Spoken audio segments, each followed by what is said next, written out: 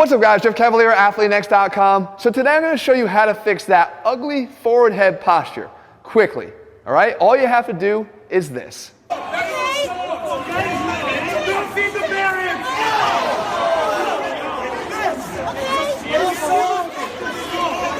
Wow, that worked quickly. Instantly. Was that actually you in that video? Yes, that was actually me, but I swear to God, it was not my fault. Got concussion number 17, I think, in that video 16, right there. 16, I think it was. 16, we'll explain that at the end. There'll actually be a serious message attached to that as well. However, what we're trying to do here today is fix that forward head posture and actually do it the right way. Because when it comes to postural fixes, a lot of times people approach it in the wrong way. I'm going to show you the right way to do it, and specifically the right way to correct this posture problem so you never have to deal with it ever again. Okay, so to set the stage for this correction, it's important that you differentiate between the site of the issues that you're having and the actual source of the issues you're having, because they're very, very different. See, I talked about this concept before in relation to medial elbow pain, a very common source of pain for a lot of people that lift weights. However, if you looked at this area alone and trying to attack the problem, and maybe you gave some ultrasound or you massaged the area, you'd be doing nothing long-term to fix the problem. I made a whole video about how the actual source of this issue laid all the way out here in your fingers. So what happens is you have to learn how to look above and below the site.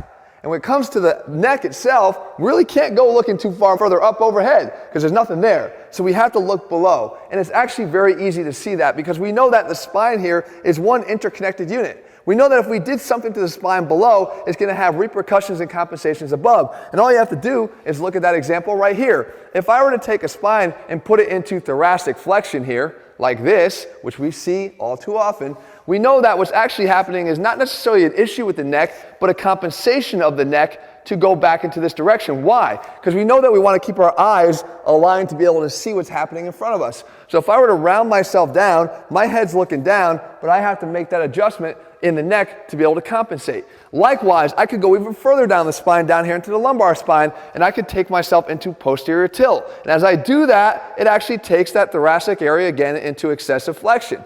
Well, what happens again? Once again, in order to get my head back into that position to see right, I got to make another adjustment here. So a lot of times, this site, this type of thing going on here, actually has nothing to do with what's going on here. There are some things that we're going to have to address from a strength standpoint, but most of all, it's what's happening down here. And I'm going to show you exactly how we do that with Jesse right now.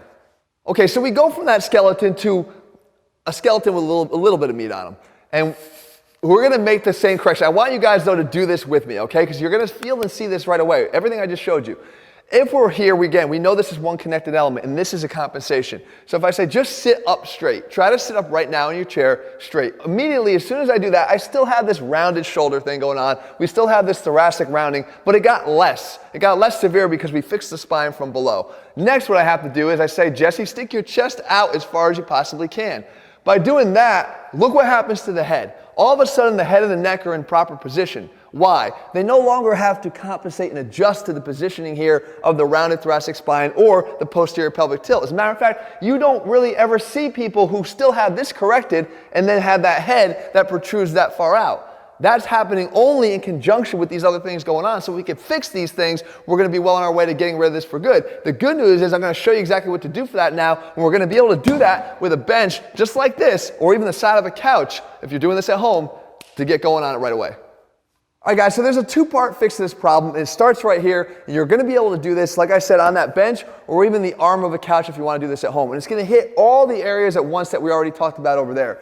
We want to work on that thoracic spine, right? So we know that this is one of the areas we need to get more extension through. So if we can use something to get us to get more into extension, we're on the right path. And we know we can do that right here with the edge of the bench, acting almost as if a foam roller or any type of mobility tool. So we get ourselves in that position, and Jesse props himself up, pushing the edge of this right at that point of most restriction. All right, now we know that we can also address that secondary component here, the lower portion, the lumbar spine, and get out of that posterior tilt that he's in and get into an anterior tilt by dropping down. So with that combination now, you're in a good spot to actually start working on the third component, and that is the strength of the deep flexors of the neck that do tend to get a little bit weak over time when we stay in this position chronically. So what we do there is we just try to tuck the chin down and keep our head, if we got all this hair out of the way, we keep the head here parallel to the floor. This is an isometric contraction here of the neck. And what you want to do is you want to do this for 1 minute, 3 times a day. Now, if you can handle this, and this is something you're good at already, we can make a modification to make it more difficult. We take the arms and we place them up over our head. And what we're doing here is we're further challenging the extension through the thoracic spine in the same way that we know we can because of the interconnectivity with the spine as we would with an overhead squat. You get those arms up, it's a lot harder to stay not rounded as your body goes down to the squat. So there's an additional challenge to get more out of our thoracic extension. The same thing applies here with the neck though, that 3 isometric 1-minute contractions for 1 minute 3 times a day. The last thing we can do is we can actually make this weighted if you get to the point where you're actually looking for a little bit more of a challenge. So you just take a weight plate, you wrap a t-shirt around it, you hold it in that same position. He's working on that same spot on the thoracic spine. He drops the pelvis down a little bit into anterior tilt. And now he goes from this extended position from here just back to neutral, up to there. It's not a big movement, it's small, but the key is you want to work on that strengthening, and now we're taking it beyond the isometric. We're taking it into a little bit of a concentric shortening. All right, so you'd work on the level that's appropriate for you and challenging to you, and we got one more thing we got to do. Once we correct all this, we have one other thing to actually help to strengthen all those muscles to keep it there, and that is a face pull variation. All right, so guys, no video of AthleanX's is complete without a face pull. We've already learned that by now, but we already know that I made a video about how important it is to include this exercise at the end of every workout that you do, and for good reason. However, we've made an additional modification that I showed you a couple videos back that will actually help this problem even more so because of the muscles that it's helping to train. When we take the face pull one step further, we go up. And what happens is when we go up, we involve the activation of the lower traps as well, whose main role is to keep those shoulders back and down. If we can get that, what are we doing? Thanks, Jesse. What we're doing is we're actually correcting that posture that we've been working on this whole time. We're getting those shoulders from this rounded forward position to one that's back and down, which helps to correct that auto correction here of the neck. Additionally, we're working the rotator cuff, again, whose job is to keep the shoulders back. We're working on the interscapular and midscapular muscles, and we're even working on the lumbar paraspinals, all of which are going to keep us more in this position as opposed to this. And we know if we can drive this position,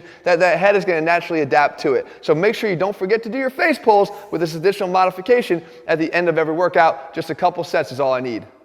All right, so there you have it, guys. There is your plan of attack now that you can instantly start to work into your training program right now to start getting those fixes in place. Guys, it's going to take consistency, and if you do it, you're going to be permanently fixed, I promise you. You just have to make sure you're doing the right things, and with this video, now you're taking the right approach. I did mention Jesse in the open. I promised we would explain the video. You got something explaining to do, Jesse? Yeah, someone was heckling a kid on the ice at a hockey game, and the mom thought it was me. And it wasn't you, right? It wasn't me. Okay. It wasn't. And she took umbrage with that, apparently. Yeah. And crashed your head into a wall. Yes, that was concussion, I think, 16 or 17. All right, so guys, I want to take this. We have a large platform here. AthleanX has a large social media following, and I thank you guys for that. You're responsible for it. But I want to do some good as well. Today, this is actually almost the end of Brain Injury Awareness Month. Yes, Mindful Marches, as it's also known. So Jesse's been very closely connected with that because we haven't really disclosed this much over the years, but Jesse has actually had multiple concussions starting back in his childhood playing lacrosse and then moving on to adulthood doing stupid things. Yes, general tomfoolery. Yeah, and basically led to the point where he was dealing with a lot of serious post-concussion syndrome. If you want to elaborate. Brain fog was a big one, memory loss, exertion headaches, depression, anxiety, a lot of things that are pretty common with concussions and traumatic brain injuries in general. These things don't always go away. They sometimes can last for, years and years and years. And the accumulation of the effects, it's gotten bad for me. Right. And we have all obviously here internally supported your efforts, yes. and obviously everybody out there, there's been a lot of love for Jesse. Oh yeah, absolutely. So we're glad for that, guys, and I appreciate that. If you want to help out, guys, you can head to loveyourbrain.com and donate.